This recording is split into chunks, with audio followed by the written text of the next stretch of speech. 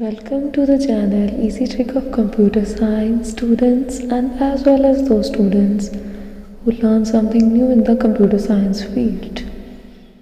And my lovely subscriber, this is the next part 6 regarding the main memory. Part 2 is the ROM, read-only memory. And in the previous part we discussed about the introduction of storage of computer system and the main primary memory RAM and its type from part 1 to part 5, and that's very important to all of you.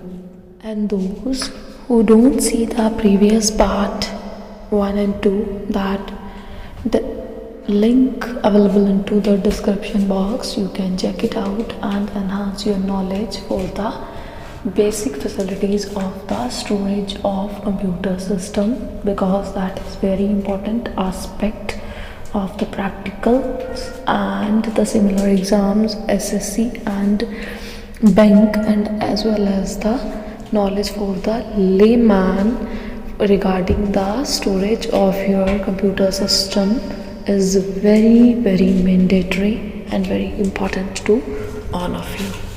Those who see the previous tutorial all know that we discuss about the types of RAM in detail, and those who don't see, kindly check that.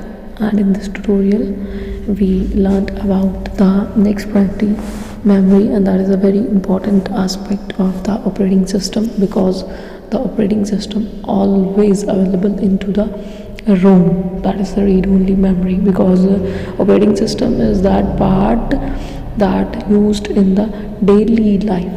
क्योंकि आप जब भी किसी computer को या किसी phone को on करते हो तो उसमें ऑपरेटिंग सिस्टम सबसे मेन पार्ट होता है। जैसे कि ह्यूमन बॉडी में हार्ट वर्किंग करता है आपके ऑर्गन्स के लिए, ब्लड पंप करता है उसको, और वो बंद हो जाए तो फिर इंसान की डेथ हो सकती है। सेम वही जो है इम्पोर्टेंस हमारे ऑपरेटिंग सिस्टम को भी दी गई है, क्योंकि ये भी हार्ट की तरह ही काम करता है। क्योंकि अगर ऑपरेटिंग सिस्टम ख़राब हो जाए तो आप सब जानते हो कि जैसे ही आप मशीन ऑन करोगे ब्लैक एंड वाइट स्क्रीन ही आएगी, उसके अलावा कुछ नहीं आएगा, और वो परमानेंट बेसिस पे रीड ओनली मेमोरी में अवेलेबल होता है, क्योंकि ऑलवेज उसकी अवेलेबिलिटी बहुत मैंडेटरी है किसी भी कंप्यूटर को चलाने के लिए, चाहे वो पोर्टेबल की कैटेगरी में आए चाहे वो ना आए, एंड इवन आपके फ़ोन्स को चलाने के लिए भी कोई भी ऐसा टेक्नोलॉजी पार्ट जो आप देखते हो जिसमें चलता है, उसमें ऑपरेटिंग सिस्टम एक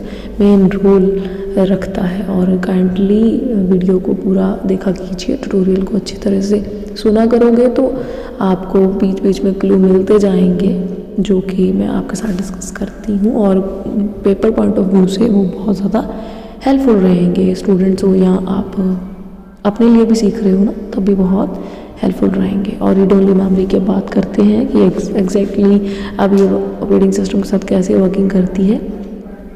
सबसे पहला तो इसका नेम है कि रीड ओनली मेमोरी, मतलब जो इसमें एक बार एंटर कर गया वो सिर्फ उसका प्रिविलेज क्या रह जाता है, असेस अथॉरिटी क्या रह जाती है, रीड करने की। आप सिर्फ रीड कर सकते हो। उसमें वो जो ऑपरेशंस की बात की थी हमने रैम में कि मेजर ऑपरेशंस एडिट करने की, ऐड डिलीट अपडेट है, वो इसमें नहीं अलाउ किए गए, क्योंकि ऑपरेटिंग सिस्टम में अगर हम ये अलाउ कर देते हैं तो फिर डेली बेसिस में आपका काम उतना स्मूथली नहीं चल सकता जितना कि चलता है। सेम एज कभी किसी ह्यूमन का हार्ट भी मल्टीपल टाइम चेंज होता है क्या डेली बेसिस पे, नहीं ना, तो इसलिए ऑपरेटिंग सिस्टम भी डेली बेसिस पे चेंज नहीं होता। उसमें भी ऑर्गन में भी कोई इशू आ जाए तो उसको रिकवर किया जाता है, इसमें कोई इशू आ जाए तो रिकवर किया जाता है, लेकिन अपडेशंस अलाउड नहीं है इसके अंदर। इसकी वजह से कोई भी नया कंटेंट जो होता है इसके अंदर दोबारा ऐड नहीं हो सकता।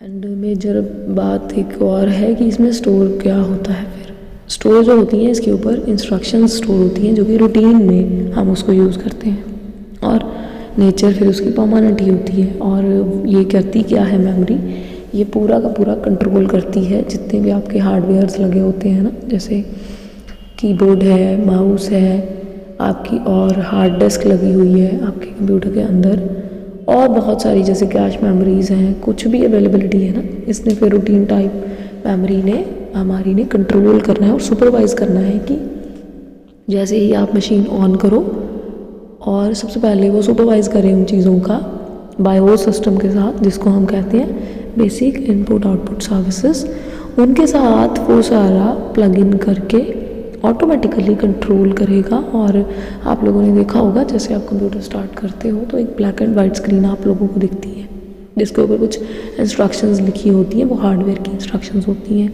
आफ्टर दैट आपके सामने एक स्क्रीन आती है जिसके ऊपर जैसे हार्ड डिस्क की ड्राइव्स हैं, C, D, E, F drives हैं, उसके बारे में लिखा होता है कि टोटल कितनी स्पेस है, कितनी यूज़ कर चुके हो, और अगर कोई इशू है तो वो भी आपको ऑपरेटिंग सिस्टम बताएगा रूटीन टाइप में।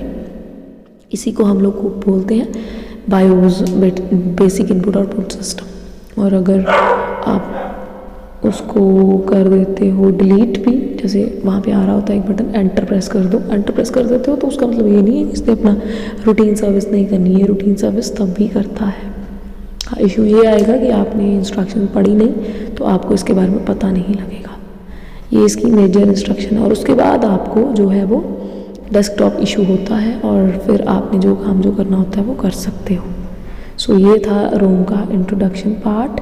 और इसकी टाइप्स का जो पार्ट है वो as per the schedule, you know that कि हर tutorial as per the schedule जब भी बोला जाता है आपको मिल जाता है।